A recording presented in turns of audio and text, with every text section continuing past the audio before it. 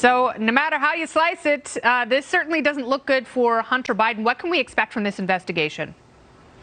Well, if it's like many of the other investigations, it's going to go on forever and they'll never indict anybody or tell us what's going on. Look, we're talking about a guy who was getting $50,000 a month from a company in the Ukraine, came back with $1 billion deal out of China.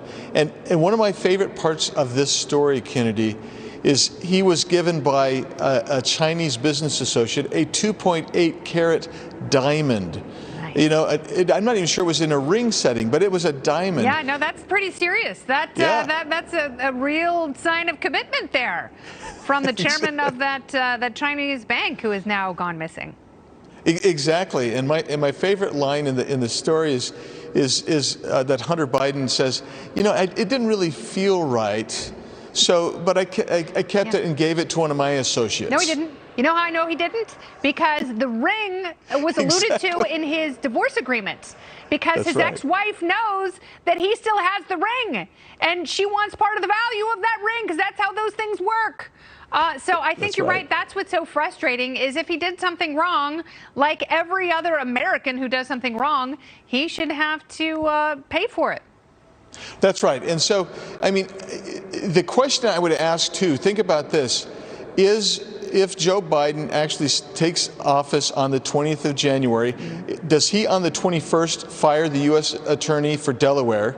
And will the media then say, oh, wait a second, you're obstructing justice? Well, they call that a Saturday night massacre. The way they, yes. Even when Donald Trump didn't fire someone, even when he didn't fire Robert Mueller, they preemptively called it another Saturday night massacre. Right, and I just am waiting with anticipation to see how that unfolds, because the reality is, we would expect that an investigation here would produce something fairly quickly. I mean, you got the FBI and the IRS looking into this, which tells you that there's the potential for something really wrong here. You're right, they're talking about money laundering, but they're also talking about other corrupt practices, and that seems to be status quo for the Biden family. Yeah, but they should be interviewing all of his business partners and John Kerry's stepson and everyone else who's had a part in these schemes, because, you know, and I'm sure it's a cottage industry in Washington to try and figure out how to make as much money as possible by doing as little work as possible by riding your parents' coattails. There are a lot of people who do that. That's not a crime, but it is a crime to sell access to your dad when he's a sitting vice president.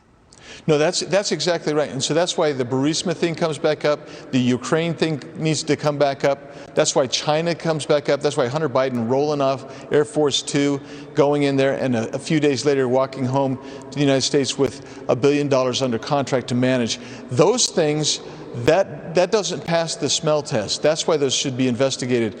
But the fact that they're looking at tax fraud or tax evasion as well as money laundering indicates that this has reached a critical point.